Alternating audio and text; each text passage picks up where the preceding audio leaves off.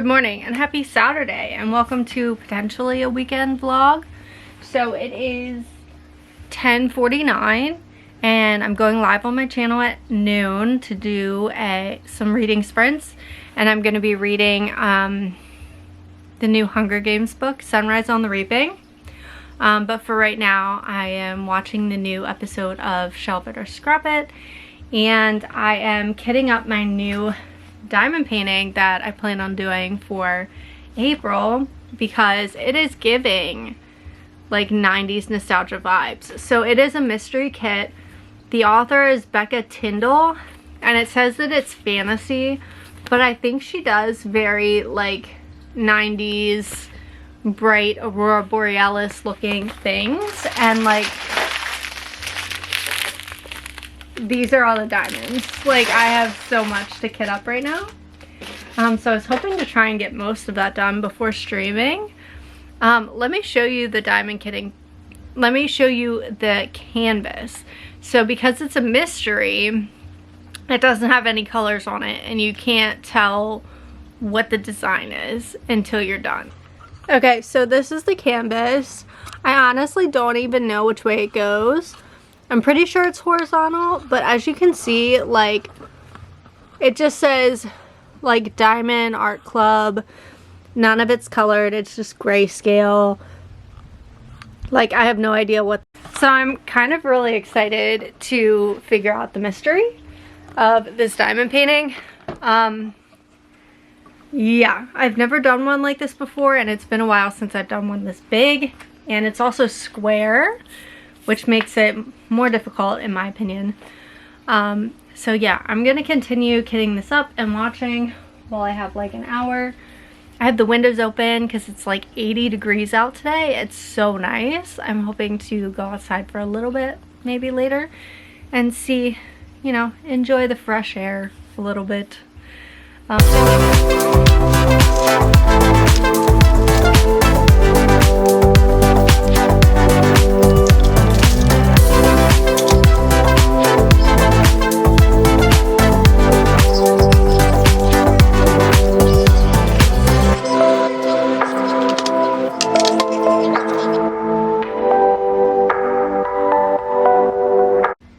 Hello, it is exactly 12:09 and sprints have started on my channel, and I have started my journey of reading Sunrise on the Reaping, so I thought I would just welcome in that experience, I guess. And while during this first part, I'm going to be reorganizing these shelves.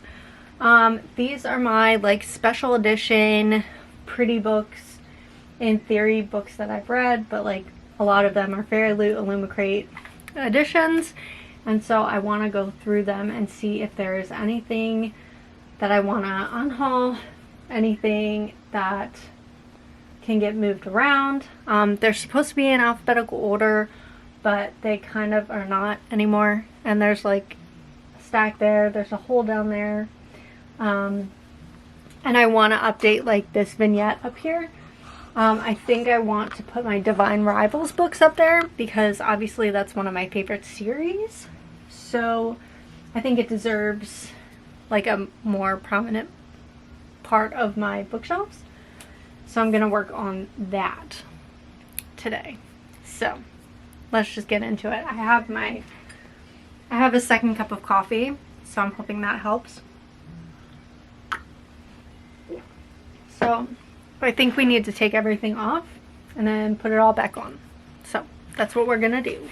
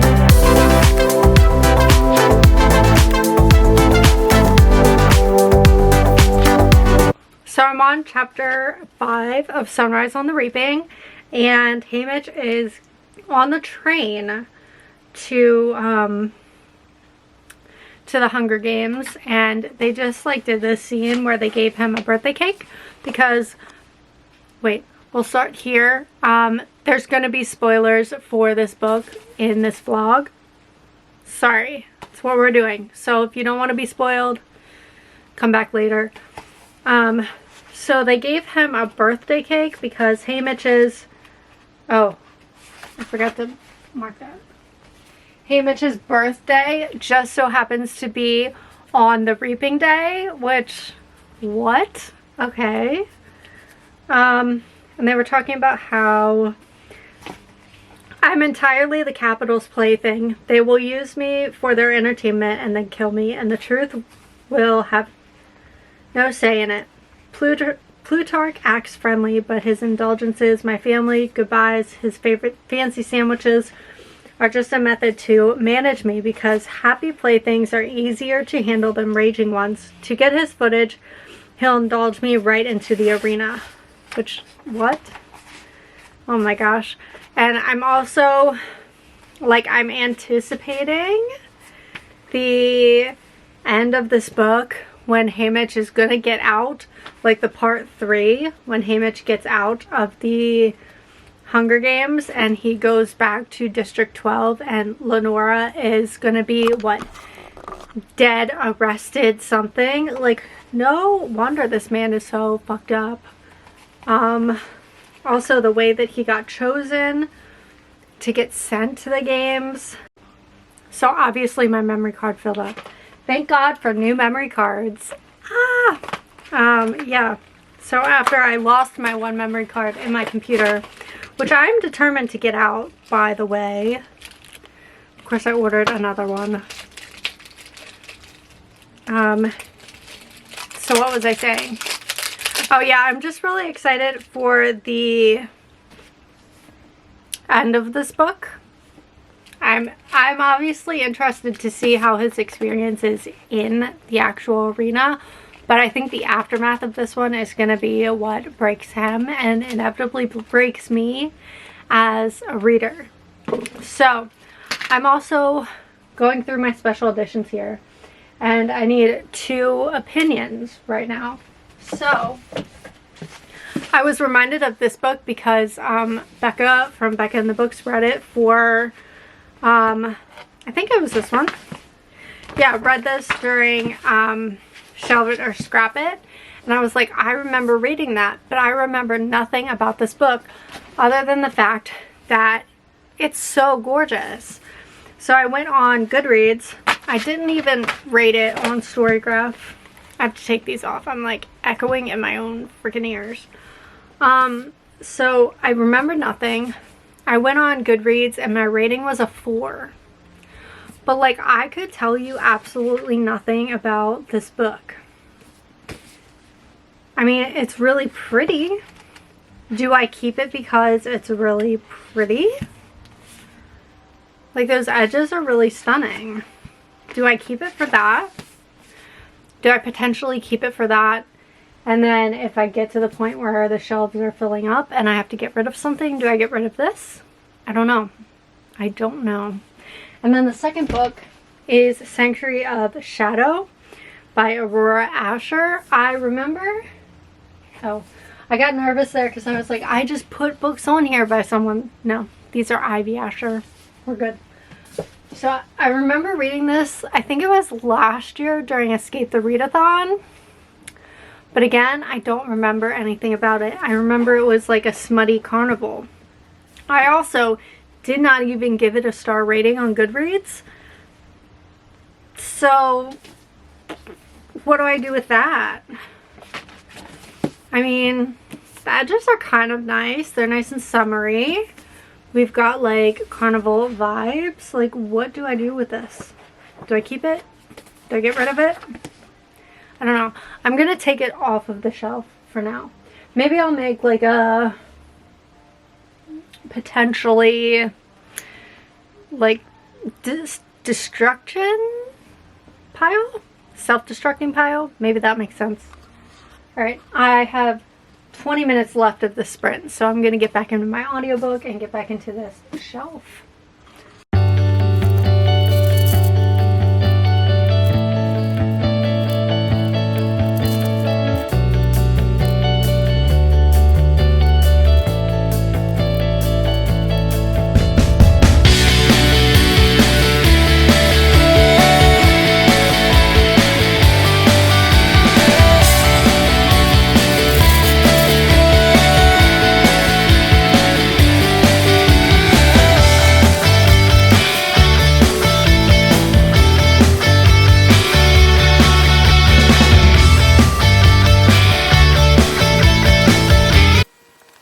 So I have a little book haul. I got 3 packages in the mail yesterday, and I was filming like a cute TikTok version of like showing off my book haul, but I was like, maybe we should just open them for the vlog. So first book, this one I bought with my own money. It's from Murder by the Book, and it's my new Ashley Winstead book. Look, it's wrapped and everything. That is her like local bookstore, so if you order from there you can get it signed and personalized. So I have This Book Will Bury Me by Ashley Winstead, and there's some goodies in there. So we have a bookmark, Murder by the Book, and a little list of their upcoming book signings, which obviously I live nowhere near Texas, but the fact that they gave you this means that you can like go through and you can order signed copies of any of these books, so that's fun. And then we have the signed part. Where'd it go? To Lauren, happy reading from Ashley Winstead. That's so exciting. So I'm not the biggest like thriller book girly, but something about, there we go. Something about Ashley Winstead's books just work for me. They're very female rage. They're very like cults. And I've had the best time with all of them. So I've read all of them. Yeah, Midnight is the Darkest Hour, In the Dreams I Hold a Knife, and The Last Housewife. I've read them all. They were all fantastic. So when she was having a new book come out, I knew I had to have it. So what is it about? The truth will set her free. Bury her. Ooh, it's like a mauve color. It's the most famous crime in modern history, and only she knows the truth. After the unexpected death of her father, college student Jane Sharp longs for a distraction from her grief. She becomes obsessed with the morbid world of true crime, befriending armchair detectives who teach her how to hunt killers from afar. In this dark internet underground, Jane finds friendship, purpose, and even glory. So when the shocking death of 3 college girls in Delphine, Idaho, capture the world's imagination, Jane and her friends are determined to beat everyone, racing to solve the case. But the murders turn out to be stranger than anyone expected.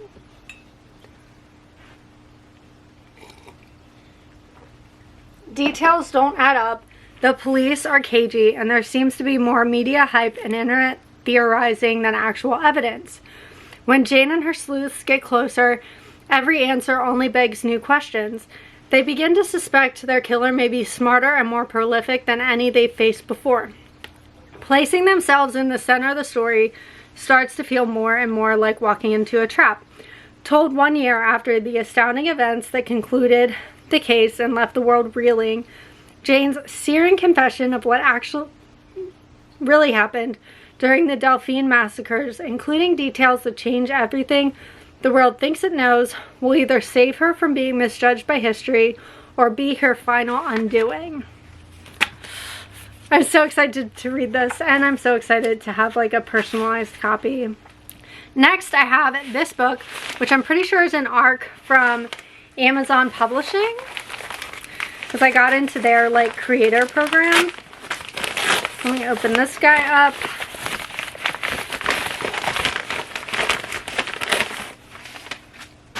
So we have The Boomerang by Robert Bailey.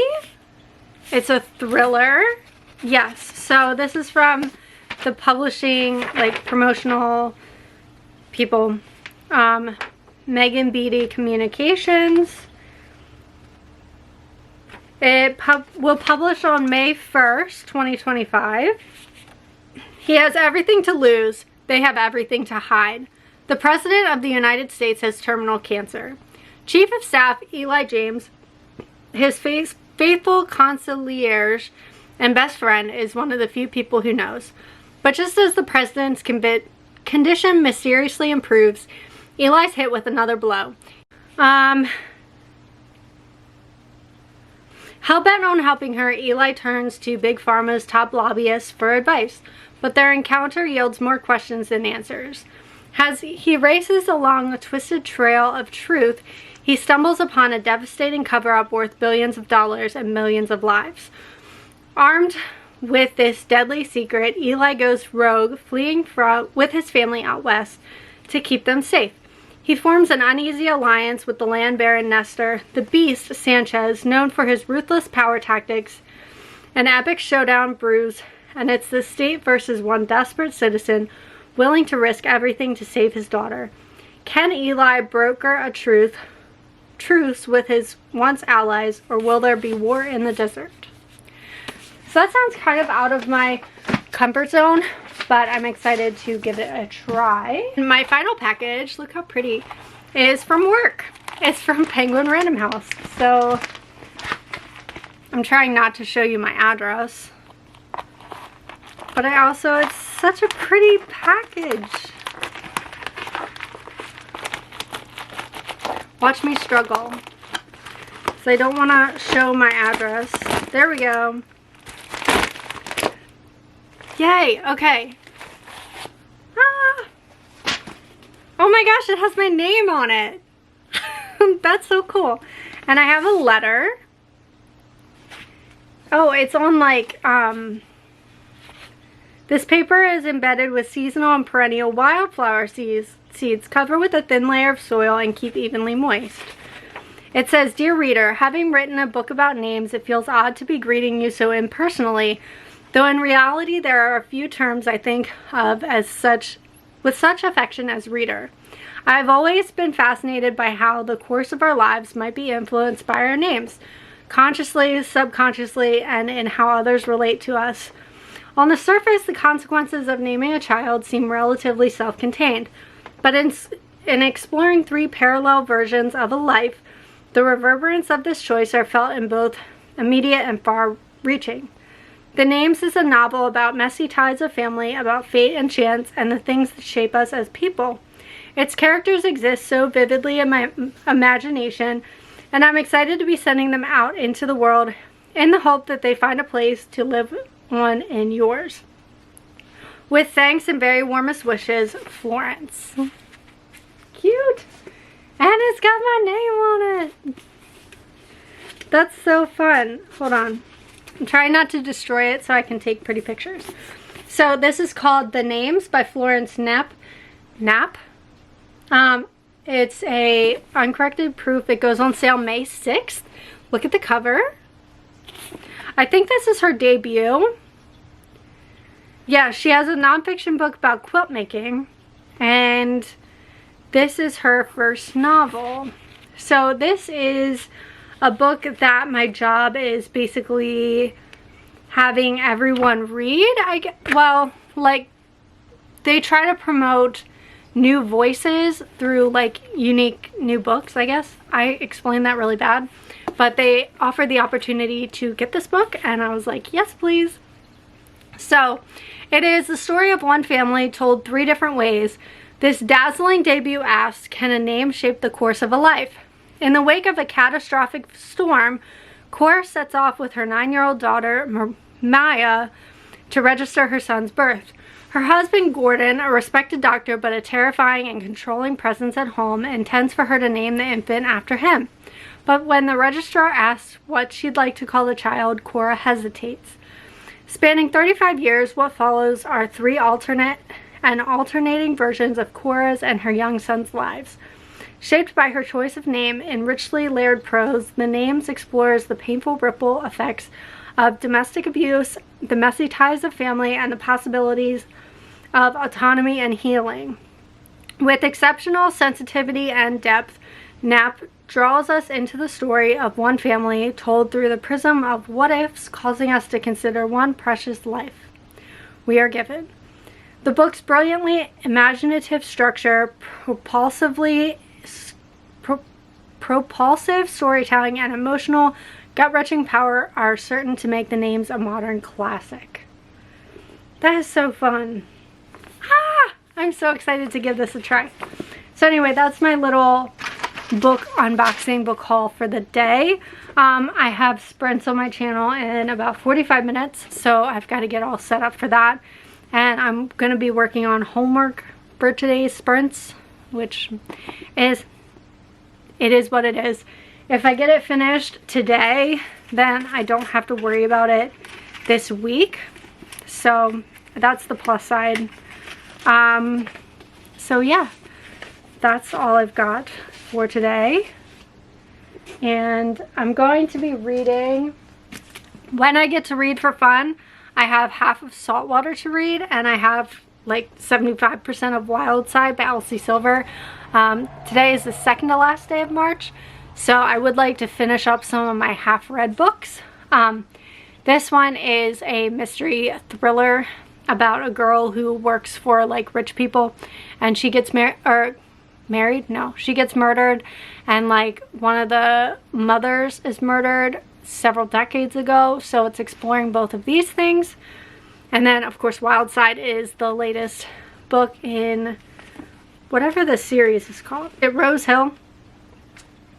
Yeah, in the Rose Hill series. This one's about Reese and Tabitha, and I am loving Reese, not as much as Wes. Wes will always have my heart, but I really like the intricacies of this story. So basically Tabitha's sister passes away because she had some drug abuse issues, and her sister lived in a house that is like leased by Reese, and they became really close. So the sister gave custody of her son to Reese. So now that the sister has passed away, obviously Tabitha is like next of kin kind of, so she wants custody of her nephew, but then Reese wants to do right by this son because he knows nothing about Tabitha, and Reese grew up in like the foster care system and everything, so he's trying to do right by this kid, and he wants to make sure that Tabitha is a good person and a good fit to have this kid. So I'm having a really good time reading both of these. Very different vibes, but I do want to complete at least one of my assignments today, ideally all three. So that's like a way later problem, but I think I need to take an Instagram picture for this because, oh my god, how stinking cute. And this letter is actually bound in the book. At first I was like, I don't want to plant that because I want to keep the letter, but it's okay, it's in the book, so we're good.